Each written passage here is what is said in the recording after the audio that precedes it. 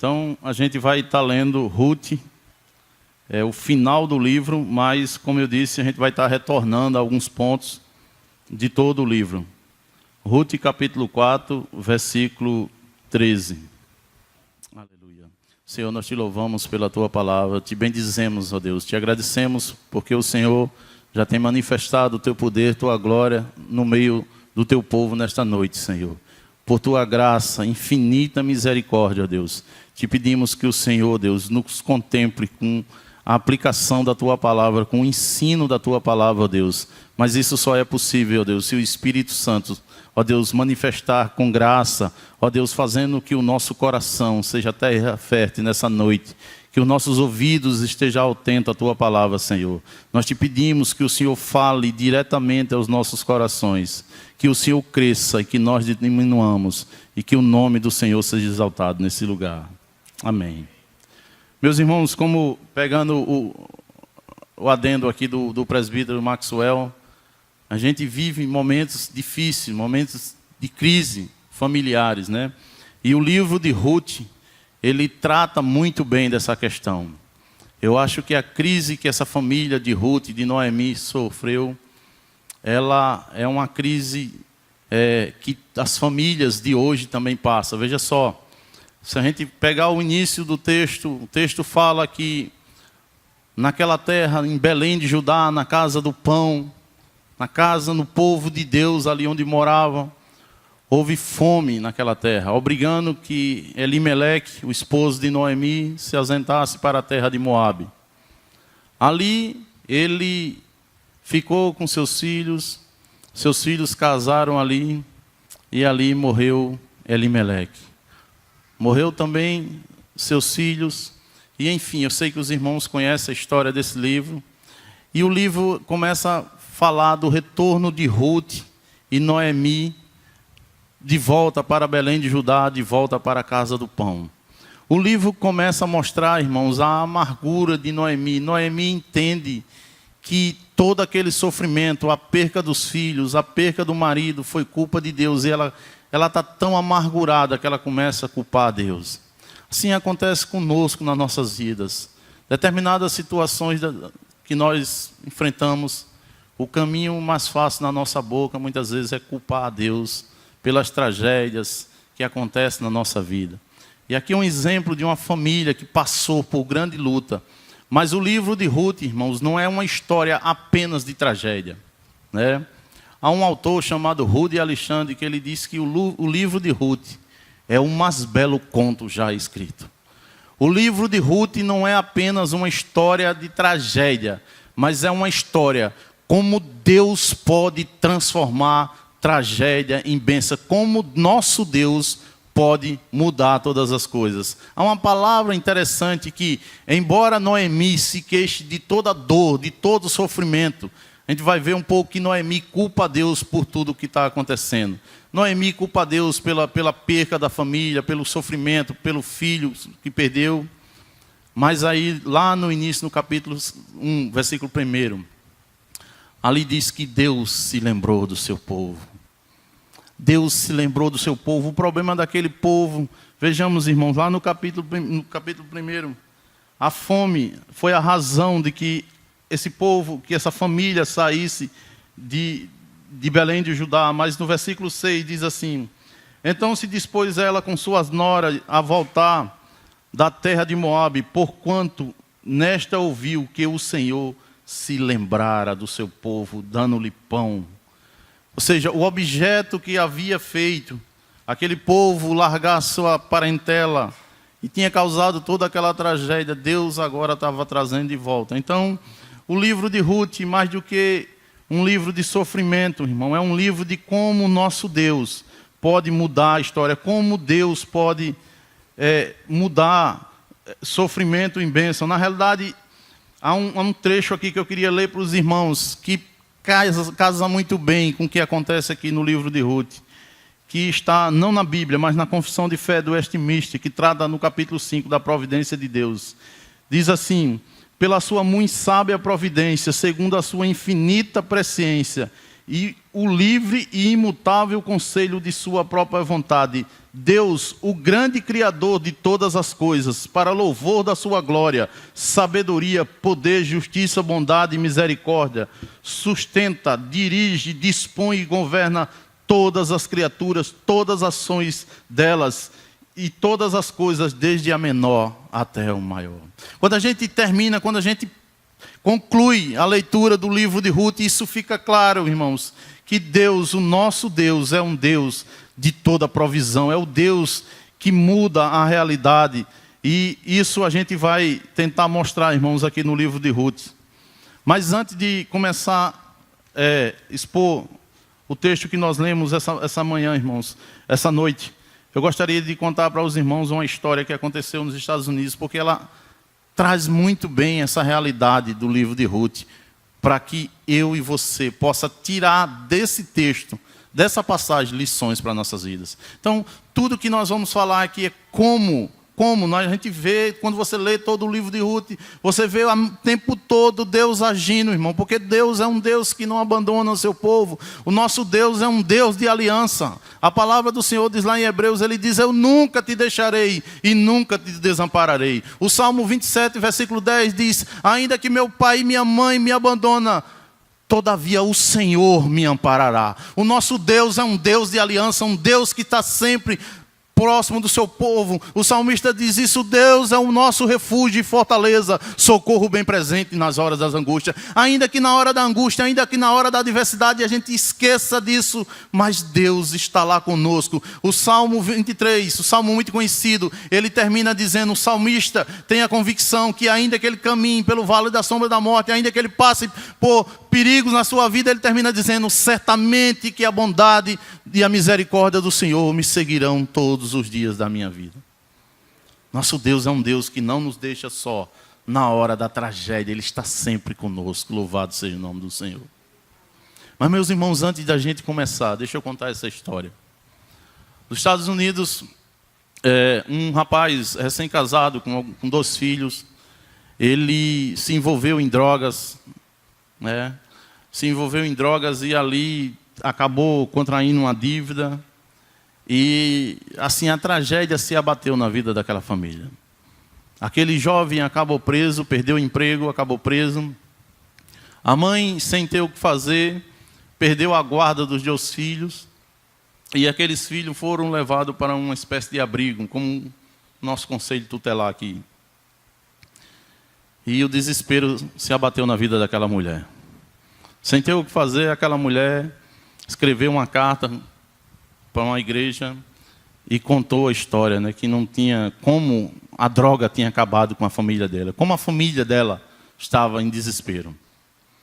O pastor da igreja se comoveu com a situação daquela senhora, começou a orar e foi lá na casa dela visitar.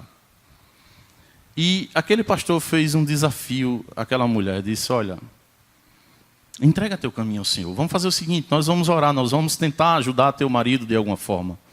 Mas faz uma aliança com Deus. Coloca essa situação na mão de Deus.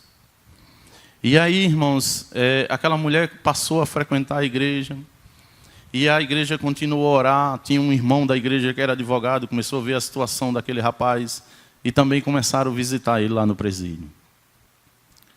Pouco tempo, aquela mulher se rende ao Senhor Jesus.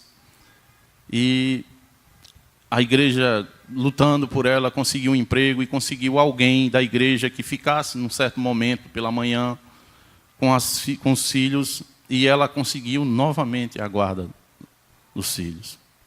E Deus começou abençoando a vida dessa família. Na visita lá dentro do presídio, aquele jovem que estava lá envolvido com isso também rendeu-se a Jesus Cristo. E Deus continuou abençoando a vida daquela família. Algum tempo depois, aquele rapaz foi solto, entrou na condicional e percebeu que ele estava mudando dentro do presídio, estava trabalhando, não dava problema. E ele foi liberto, ficou na condicional, só apenas indo dormir no presídio. Depois que aquele jovem foi solto, algum tempo depois, aquela família inteira pediu ao pastor para se batizar.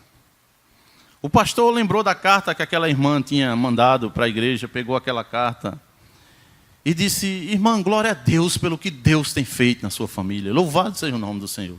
Estou vendo os seus filhos aqui, estou vendo a família de volta unida, eu estou vendo vocês juntos, eu estou vendo Cristo na vida de vocês, mas, por favor, me responda uma pergunta. A senhora mandou a carta para essa igreja, mas a senhora mora muito distante da nossa igreja. O porquê a senhora mora tão distante da nossa igreja e mandou essa carta para a gente? Por que não a senhora mandou essa carta para uma igreja mais próxima da sua casa? Ela disse: não, pastor. Eu mandei essa mesma carta para todas as igrejas da cidade. Apenas a sua me atendeu. É para que a gente pense o cristianismo que nós temos vivido nos nossos dias, irmãos. E que às vezes a gente despreza o quanto Deus pode usar a mim e a sua vida para a glória e louvor dele. Aquela igreja foi um instrumento de Deus para restaurar a vida daquela família. Aquela igreja foi o canal de bênção que Deus usou para restaurar aquele casamento, para restaurar aquela família. E mais do que isso, para levar Jesus Cristo para a vida dela. Porque não adianta restaurar a família aonde Cristo não está presente. Porque a palavra do Senhor diz: se o Senhor não edificar a casa, em vão trabalham aqueles que edificam. E o livro de Ruth, irmãos, entre tantas as coisas que o livro de Ruth mostra, ele mostra isso, como alguém pode ser um instrumento de Deus para abençoar a vida de outros. É isso que Ruth fez aqui. Ruth foi um instrumento de Deus para abençoar a vida de Noemi, depois Boaz, e de Ruth nasce aquele que seria o grande rei de Israel, de quem a descendência do nosso Salvador surge de lá, da sua genealogia. Então vamos dar uma olhadinha no livro de Ruth. Veja só, irmãos, eu falei que quando a gente olha para esse livro, a gente pode tirar alguns princípios daqui para aplicar para a nossa família. Então o primeiro princípio que a gente pode tirar aqui olhando o livro de Ruth, irmãos, veja só, olha que expressão. No versículo 15, diz assim: ele será restaurador da tua vida. No versículo 15 do capítulo 4 que nós lemos. Ele será restaurador da tua vida e consolador da tua velhice, pois tua nora que te ama o deu à luz, e ela te é melhor do que 7 filhos. Veja como as pessoas, não é a própria Noemi, é como as pessoas viam o amor de Ruth por Noemi. Então, o primeiro princípio, queridos, que eu queria tratar com a gente, que eu e você, que nós podemos aplicar na nossa família, é que Deus sempre recompensa aqueles que amam de forma sacrificial, irmãos. Guarde isso. Deus sempre recompensa aqueles que amam os outros de forma sacrificial. A pergunta que nós começamos a levantar é o porquê Ruth retorna. Por que Ruth retorna? Noemi, quando a gente lê o capítulo 1, veja, irmãos, no capítulo 1, no versículo 11, aliás, no versículo 12, no capítulo 1, Noemi diz assim: tornai, filha minha, ide-vos embora, porque sou velha demais para te dar marido, ainda quando eu dissesse, tenho esperança. Acha que esta noite tivesse um marido e houvesse filho, esperá-lo-eis até que viesse a ser grande. Abastar-vos-ei de tomar de marido? Não, filha minhas, porque por vossa causa a mim se amarga. Teu Senhor, veja que Noemi culpa o Senhor, teu Senhor descarregado contra mim a sua mão. Versículo 14. Então de novo choraram em voz alta. Orfã, com um beijo, se despediu da sua sogra, porém Ruth se apegou a ela. Veja, irmãos, Noemi não tinha nada para oferecer a Ruth. Ruth era uma jovem, pelo que o texto indica, Ruth era uma moça linda, uma viúva linda. Ruth tinha a vida inteira para fazer. Na realidade, lá no capítulo 3, Boaz vai dizer isso: você podia ter escolhido um jovem, você podia ter escolhido alguém rico. A viuvez cai na vida de Ruth, mas ela não deixa ser vencido por aquilo. Ela é alguém que luta, ela é alguém que vai buscar o Senhor. Mas ela é alguém que demonstra esse amor sacrificial pelos outros. A pergunta é, irmão, o que Noemi tinha para oferecer a Ruth? Mas você vai ver no texto que Noemi estava profundamente amargurada. Na realidade, quando ela chega na cidade, ela diz, olha, não me chame mais de Noemi. Versículo 20, ela diz isso. Porém, ele disse, não me chame, versículo 20 do capítulo 1, ela diz assim, não me chameis mais de Noemi, mas me chamais de Mara, porque grande amargura me tem dado o Todo-Poderoso. Noemi perdeu o marido, Noemi perdeu os 2 filhos, irmão, e ela não consegue superar essa crise. E ela descarrega tudo isso em Deus, ela diz, olha, não me chame mais de Noemi. Noemi dá a ideia de alguém doce, o significado é aproximado de alguém gentil, alguém doce, de doçura. A doçura daquela mulher, irmão, no meio da crise sucumbiu e agora ela é alguém amarga, é alguém que culpa o Senhor por tudo que tem acontecido. Mas mesmo com tudo isso, o texto diz que Ruth se apega a ela, irmãos. E se a gente tivesse tempo de caminhar por todo o texto, quando a gente chega no capítulo 2, quando Ruth chega lá em Belém, o que é que Ruth faz, irmão? Ruth deixa sua sogra. E a Bíblia diz que Ruth vai colher cevada para sustentar Noemi. O texto todo, irmãos, isso é um contraponto. Isso vai naquilo que John Stott chama de o Evangelho. Ele diz que o Evangelho é contra a cultura do mundo. É uma chacota isso que faz com a sogra. Diz que tantos apelidos e piadas se colocam com a sogra, que sogra não presta. Mas a palavra de Deus diz, não, está errado. Não importa o que as pessoas dizem, na realidade, irmão, o texto de Ruth, eu esqueci de falar isso para você, o texto de Ruth começa, o livro de Ruth começa dizendo, no período que julgava os juízes. Quando a Bíblia fala no período que julgava os juízes, irmão, era um período de apostasia, um período terrível que passou a história de Israel. Ruth vai mostrar, irmãos, que eu e você, aqueles que conhecem o Senhor, aqueles que sabem que o nosso Deus é o Deus da provisão, Ele não é guiado pela circunstância, Ele não é guiado pelo meio, mas sabe que há um Deus que governa todas as coisas. E Ruth ama a Noemi de forma sacrificial, irmãos. Isso para os homens que estão aqui nessa noite. Foi exatamente esse mandamento que tem para os homens. Marido, amai as vossas esposas, assim como Cristo amou a igreja e se entregou por ela. Será que nós, como homens, como marido, nós amamos nossas esposas dessa maneira? Nós amamos de forma sacrificial? Será que você e eu, como cristão, a gente ama o nosso próximo de forma sacrificial? Ou muitas vezes nosso amor é interesseiro, irmãos. Muitas vezes o nosso amor, nós amamos quem pode nos dar alguma coisa. Veja o conceito de amor que o apóstolo Paulo escreve. Coríntios capítulo 13, Paulo vai dizer assim, o amor é paciente. Temos agido assim. Dentro da nossa família, a relação marido e mulher, você que está aqui, tem pai, tem esposa, você que é mãe, é assim que você age com seu filho. Você, filho, é assim que você age com o pai. É assim que você age com sua mãe. Você que age assim com sua esposa. Olha o que Paulo diz, capítulo 13 de Coríntios. Versículo 4, ele diz, o amor é paciente. O amor é benigno. O amor não arde em ciúme, não se ufana, não se ensoberbece. Não se conduz inconveniente, não procura seus interesses, não se exaspera, não se ressente do mal, não se alegra com a injustiça, mas se regozija com a verdade. Tudo sofre, tudo crê, tudo espera e tudo suporta. Aí como é que está os relacionamentos hoje? Eu não suporto mais você. É interessante, irmãos, porque outro dia o pastor pediu para eu ir lá na casa de um irmão. Não foi o pastor Eudes, irmãos. O pastor pediu para eu ir na casa do irmão, que cheguei lá, o casal estava brigando. Por quê? Porque tinha uma televisão na casa.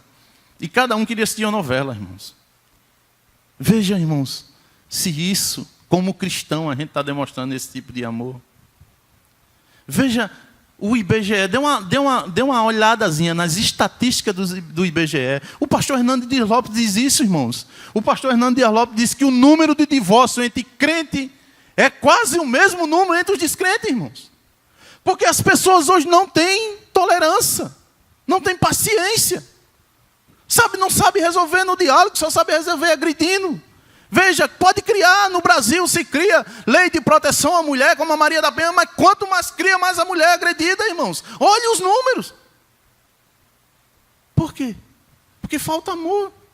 E o apóstolo Paulo começa dizendo, esse capítulo, ele diz, se não tiver amor, nada importa, irmãos.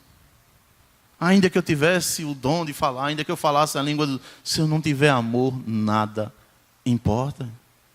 Como é que vai sustentar uma família se não tem amor? Como é que uma família se sustenta se alguém não se sacrifica pelo outro? Veja como é o pai. A gente chega no final do ano, quem é pai aqui ou mãe sabe disso. A gente chega no final do ano, a gente não pensa naquilo que a gente vai comprar para a gente. A gente pensa no que vamos comprar para os nossos filhos. Não importa se a minha roupa vai estar nova. Importa que eu compre, a gente deixa de comprar para nós, para fazer para os nossos filhos. Paulo diz lá em Corinto, ele diz que o verdadeiro amor não busca seu interesse, mas o dos outros. Temos nós agido assim dentro de casa, irmãos? Você tem sido paciente? Ter sido paciente com o seu cônjuge, com seus filhos? Será que nós conseguimos fazer isso que Ruth fez? A Noemi não tinha nada para ofertar. Mas o texto diz que ela se apegou a Noemi. E se a gente tivesse mais tempo, irmão, você vai ver que aquele amor de Ruth foi um bálsamo na vida de Noemi. Sabe, irmãos, amor talvez seja o sentimento mais carente de toda a nossa sociedade. A sociedade não sabe o que é o amor. Porque Deus é amor. Se alguém não conhece Deus, obviamente não vai conhecer o verdadeiro amor, irmãos. A sociedade só sabe o que é truculência. É por isso que a violência aumenta a cada dia. Porque ninguém quer se sacrificar pelos outros. Segundo o princípio que nós podemos extrair dessa lição, irmãos, dessa porção do texto. Vejam. No capítulo 1, no versículo 15. Capítulo 1, versículo 15. Disse Noemi, eis que a tua cunhada voltou para o teu povo. Veja, irmãos, a expressão que Noemi usa aqui. Eis que a tua cunhada, se referindo a Ruth, né, e a Orfa, que foi a outra que retornou, ela diz, eis que a tua cunhada voltou ao seu povo e aos seus deuses. Orfa voltou para o povo dela e para os deuses dela. Mas tu volta após a tua cunhada. Noemi está dizendo, o que, é que você está vendo, Ruth? Volta lá para os teus deuses. Olha, Orfa, a tua cunhada fez isso, por que você não vai? Volta lá. Mas olha como Ruth responde, irmão, numa das mais belas frases que existe na Bíblia Sagrada. E não obstante, irmãos, isso é de uma moabita. Essa frase é dita não por uma hebreia, não por um cristão, mas por uma moabita. Ela diz, disse porém Ruth, não me inste a te deixar e me obrigues a não seguir-te, porque aonde quer que fores, irei eu, e onde quer que pousares, ali pousarei eu. O teu povo é o meu povo, e o teu Deus é o meu Deus, louvado seja o nome do Senhor. O que é que fez Ruth retornar, irmãos? Ruth, você pode fazer um paralelo entre Ruth e Abraão, que Abraão deixa dos caldeus, deixa a sua parentela e vai para uma terra guiada por Deus. E o Senhor disse para Abraão, Abraão, lá se tu uma bênção. A mesma coisa acontece com Ruth aqui. Ruth se apega a Noemi, mas Ruth se apega muito mais ao Deus de Noemi. E aqui é o segundo princípio que eu queria tratar para os irmãos. Deus sempre recompensa aqueles que agem com amor sacrificial, mas Deus também sempre recompensa aqueles que agem com fé e não pela circunstância. É muito fácil agir pelas circunstâncias, mas quando tudo não tem saída, quando tudo parece contrário, irmãos, é aí que aparece a verdadeira fé. O autor de Hebreus diz que sem fé é impossível agradar a Deus. Ruth larga tudo, Ruth larga a família, Ruth larga seu Deus, e ela diz agora: o teu Deus, Noemi, é o meu Deus. E Ruth se agarra, e toda a narrativa vai mostrar que Ruth é uma mulher de grande fé, porque Ruth obedece à palavra de Deus. Ruth é uma mulher de princípio, Ruth é chamada de mulher virtuosa o tempo todo. Ruth está mostrando isso. E como é que a gente traz esse princípio para dentro das nossas famílias, irmãos? Como é que você age no momento de crise? 15 dias atrás, uma colega minha ligou para mim e disse: irmão Jerry, eu não aguento mais meu marido. A gente deu o fim. Separou, 20 anos de casado. E eu disse: o que você ligou para mim? Você está me dizendo isso ou está perguntando meu conselho? Ela disse: não, porque você é uma pessoa que eu considero, eu queria a sua opinião. Eu disse: eu nunca vou dizer a ninguém que se divorcie, porque eu tenho um Deus que muda a história. Eu nunca vou dar um conselho a ninguém que se divorcie, porque eu acredito num Deus que, como foi lido aqui há pouco na sua palavra, que aquilo que Ele uniu, irmãos, o homem não separe. Se a gente entendesse esse versículo, você ia entender que a esposa não é nossa, é Deus. É Deus quem une o homem e a mulher. Não é você que escolhe sua esposa. Esposa é presente de Deus. Por isso o casamento é bênção de Deus. E eu disse: irmão, ore um pouco mais e coloque essa situação na mão do Senhor. 3 dias depois ela ligou e disse: irmão, meu marido voltou e me pediu perdão. Eu disse: glória a Deus, mas tenha vergonha na sua cara, nunca mais pense em separar. Porque esse não é o plano de Deus, irmãos. É porque quando a gente olha para as circunstâncias, às vezes a gente se sente cercado. Mas há um livro, outro livro maravilhoso do Velho Testamento também, irmão, é o livro de Abacuque. O livro de Abacuque começa com Abacuque questionando a Deus. Deus, se tu és bom, por que isso acontece? É assim a nossa vida. Senhor, eu dou o dízimo, eu sou crente, eu sou presbiteriano, eu sou eleito. Por que isso acontece comigo, Senhor? Por que isso? A crise de Abacuque é a minha, a sua crise, irmãos. E Deus começa a falar com Abacuque, Deus começa a mostrar a Abacuque. Quando chega no capítulo 2, verso 4, Abacuque diz: o justo viverá pela fé. O justo não vive pelas circunstâncias. Está tudo errado, o cenário está todo nebuloso, não tem saída. Mas Deus dá a saída. Quando Isaac faz aquela pergunta que sacudiu o coração de Abraão, ele disse: meu pai, está aqui a lenha, está aqui a fogueira, está aqui o fogo e está o cutelo, mas aonde é que está o cordeiro? Irmãos, não tinha cordeiro naquela hora, mas Abraão disse: Deus proverá. E quando ele olha, está lá o animal preso. Porque assim é Deus, irmão. Quando a gente olha que não há saída, a palavra de Deus diz: eu elevo meus olhos para o monte, e de onde há de vir o meu socorro? O meu socorro vem do Senhor, que fez os céus e a terra. Louvado seja o nome do Senhor. Abacuque vai terminar o livro dele com um dos declarações mais belíssimas que tem em toda a Bíblia. Ele diz: ainda que a figueira não floresça, ainda que o produto da oliveira minta, ainda que não haja fruto na vinde, ainda que não haja ovelha no curral, ainda que as ovelhas sejam arrebatadas, o gado seja arrebatado do aprisco, todavia eu me alegrarei no Senhor e exultarei no Deus da minha salvação.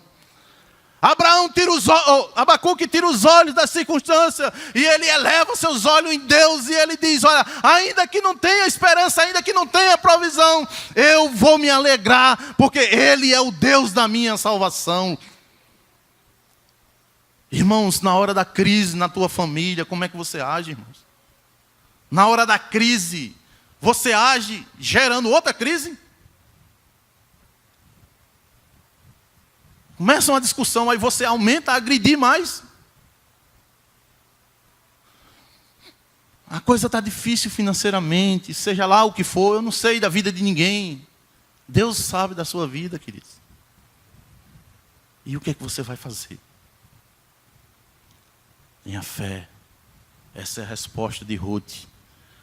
Ruth vai para ali. O que Ruth conhecia daquela terra? Ruth já tinha perdido o marido, mas Ruth se agarra no Deus de Noemi. Porque ela sabia, o que ela sabia? Ela sabia que o Deus de Noemi é um Deus que não se esquece do seu povo. Lá no versículo 6 tinha dito que Deus se lembrara do seu povo e havia abençoado. E por fim, irmãos, o terceiro princípio que eu gostaria de tratar com os irmãos. O primeiro é um amor que se sacrifica, irmão. Se sacrifique pela sua família, vale a pena. Se sacrifique. A gente se sacrifica quando a gente é do mundo por tantas coisas. Se sacrifique pela sua família. Isso aqui é uma história que uma mãe chamou uma garotinha e disse: minha filha, vá ali na padaria comprar um pão. O garotinho pegou e escreveu um bilhete. E a mãe olhou no bilhete e ele disse assim, o garoto escreveu lá, né? Por limpar o jardim hoje de manhã e por ir comprar o pão, R$5. A mãe pega aquela folha, vira de lado e começa a escrever naquele bilhete. Disse: por carregar você no colo, no ventre durante 9 meses, nenhum centavo, apenas amor. Por ter te dado comida quando você não podia, por ter acordado de noite quando você chorava, por ter limpado você, por ter passado várias noites em claro, nenhum centavo, apenas amor. Por ter cuidado de você, por fazer comida, por levar você na escola, por isso e por aquilo. Aquele garoto começa a ler aquele bilhete e ele começa a chorar, irmãos. Às vezes a gente é assim, a ingratidão no nosso. Às vezes nós somos como os 9 leprosos. Recebemos a cura, deixamos Deus de lado. E a gente não expressa essa gratidão. Quantos filhos hoje em dia chegam diante do pai e não apenas com um presente velho no dia dos pais ou no dia da mãe, porque dia de pai e de mãe é todo dia. E sinceramente expressa sua gratidão pelo pai e pela mãe, por tudo que ele fez. Mas, irmãos, o último princípio, veja, que quando nós lemos aqui no capítulo 4, o texto diz: assim tomou Boaz, no versículo 17, no versículo 13, aliás, ele diz: assim tomou Boaz. É a conclusão que o autor do livro está fechando o livro. Ele diz: dessa maneira, foi desse modo, foi desse jeito que Boaz tomou a Ruth. Mas de que modo, irmãos? E aí a gente precisava ler o texto. Boaz para se casar com Ruth, Boaz para tomar Ruth como esposa, Boaz recorre à palavra de Deus. Existia uma lei do levirato, né? A lei do resgatador, do parente próximo que resgatava aquelas que ficavam viúvas. E é exatamente nessa lei que Boaz se agarra e ele vai terminar resgatando Ruth. Na realidade, Ruth usa isso lá no capítulo 3. Há uma cena aqui que para o jovem é maravilhoso. Eu sei que tem jovem aqui, eu vou ler esse texto. No capítulo 3, versículo 9, Ruth se aproxima de Boaz e diz assim, capítulo 3, versículo 9, ela diz assim, disse ele, quem és tu? Aliás, no capítulo 10, versículo 9 mesmo, capítulo 3, versículo 9, disse ele, quem és tu? Ela respondeu, sou Ruth, tua serva, estende a capa sobre a tua serva, porquanto és meu resgatador. Olha que declaração bonita, irmão. Você sabe o que quer dizer estende a capa? Case comigo. Porque ela sabia que Boaz era o resgatador dela. Que princípio nós podemos tirar daqui, irmãos? É que aplique na sua família os princípios, guie sua família pelos princípios da palavra de Deus. Esse casamento, irmãos, se nós tivéssemos estudar só essa parte dessa união, ele foi todo pautado pelos princípios da palavra de Deus. Noemi, quando Noemi entende que Boaz é o resgatador dela e de Ruth, Noemi diz, olha, vai, ele é o teu resgatador. Quando Boaz entende esse princípio, Boaz também diz, não, eu vou resgatá-la. Quando Ruth entende esse princípio, Ruth diz, sim, case-se comigo. Quando os anciões da cidade descobrem isso, eles abençoam, a multidão abençoa. Esse casamento, essa união, essa família foi toda pautada pelos princípios estabelecidos na palavra de Deus, irmãos. É assim que nós temos guiado nossos filhos. A palavra de Deus tem sido um norte na nossa família? Tem. O salmista diz assim: bem-aventurado é o homem que não anda segundo o conselho dos ímpios, nem se detém na roda dos escarnecedores, nem se senta com os pecadores. Antes tem o seu prazer na lei do Senhor, e na sua lei medita dia e noite. Ele diz: esse homem será como a árvore plantada junto da ribeira das águas, cujas folhas nunca secam, e no tempo certo dá o seu fruto. E ele diz assim: tudo quanto ele faz prosperará. Quem tem pautado a tua família? Os princípios da palavra de Deus? Mateus 4:4 diz assim: nem só de pão viverá o homem, mas de toda a palavra que procede da boca de Deus. É isso. A palavra de Deus tem sido a lâmpada que tem iluminado os pés da sua família. O que você tem feito para pautar os teus filhos, esposa, marido, seja lá quem for, nora, sogra, como era o caso aqui de Ruth com Noemi? O que você tem feito na sua casa? Qual o princípio da palavra de Deus tem norteado a tua família, irmãos? É interessante que aqui nós estamos tratando de uma moabita. Enquanto Elimeleque, que era um homem de Judá, Elimeleque significa Deus é meu juiz. Mas esse nome não condiz com a atitude de Elimeleque. Elimeleque não confiou que Deus era o juiz que julgava a sua causa. Mas enquanto uma moabita dá um sinal de como Deus pode transformar a nossa família. Como Deus transforma crise em bênção. Como Deus pode restaurar nossas vidas. Há um texto maravilhoso lá em Mateus 8. Que diz que um centurião estava com o servo dele doente e ele manda buscar Jesus. Aquele centurião depois se aproxima de Jesus. Jesus vai lá curar aquele centurião e ele diz: Senhor, eu não sou digno de que o Senhor entre na minha casa. Mas se o Senhor disser uma só palavra, o meu servo será curado. Olha a confiança. Olha a confiança que esse homem tem na palavra de Deus. Que ele não era digno da presença de Jesus, mas que uma palavra do mestre curaria o seu servo. É assim que nós temos guiado nossas crises, no meio das nossas crises. Que não venha dizer que não existe, porque toda família passa por crise, irmãos. Toda família tem as suas lutas, as suas adversidades. A questão é, na hora da adversidade, quem vai ser o teu socorro? Quem vai te ajudar? Lucas 5:5 diz que Pedro havia trabalhado a noite toda. Pedro era pescador, vivia disso, conhecia aquele mar da Galileia como ninguém. Mas o texto diz que Pedro não havia pegado nada.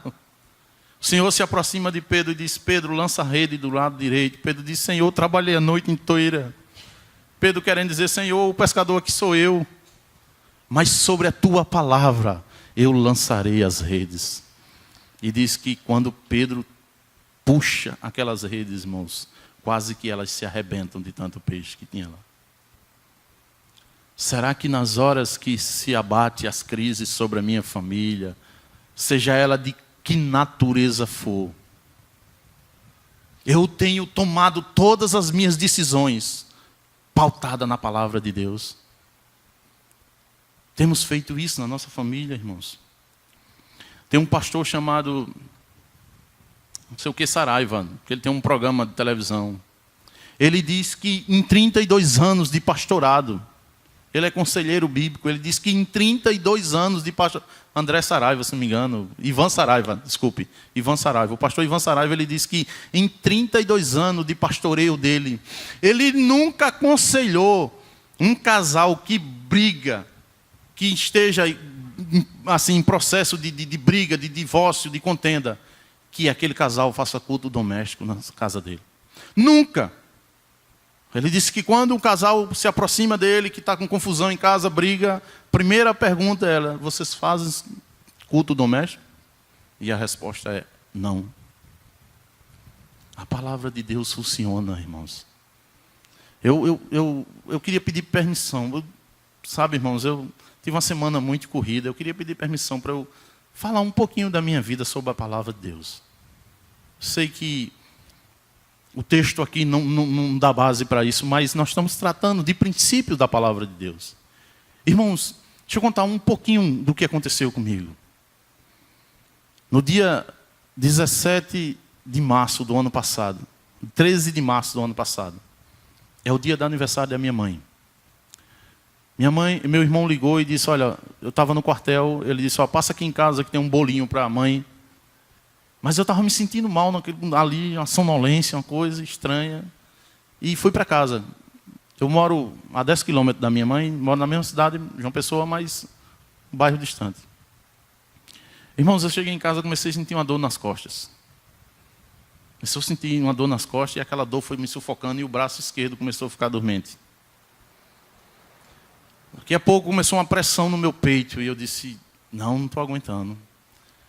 E eu sei que teimoso, não gosto de hospital, tentei procrastinar, protelar, mas de madrugada eu não aguentei, irmãos. Fui para o hospital, fui direto para o Edson Ramalho. E cheguei no Edson Ramalho já com o braço esquerdo todo morto, cansado, morto de cansado, sabe, agoniado.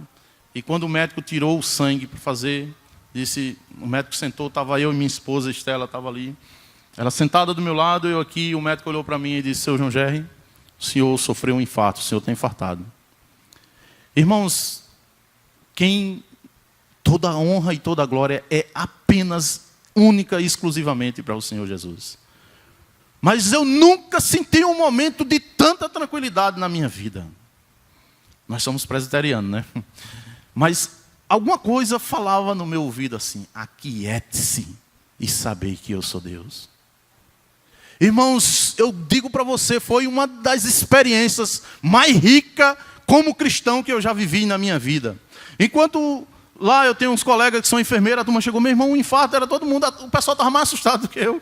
A turma chegou lá, botou numa maca e olha para o CTI, coloca aquele balão de oxigênio. Meus irmãos, eu deitado, o médico dizendo, não fale não, pode ficar tranquilo. Eles começam a dar injeção, porque o sangue, quando você infarta, o sangue começa a coagular. Eles começam a dar uma injeção de, não lembro o nome dela, mas na sua barriga, assim, né? Irmãos, eu deitado ali naquela maca e aquela coisa falando assim, aquiete-se e sabei que o Senhor é Deus.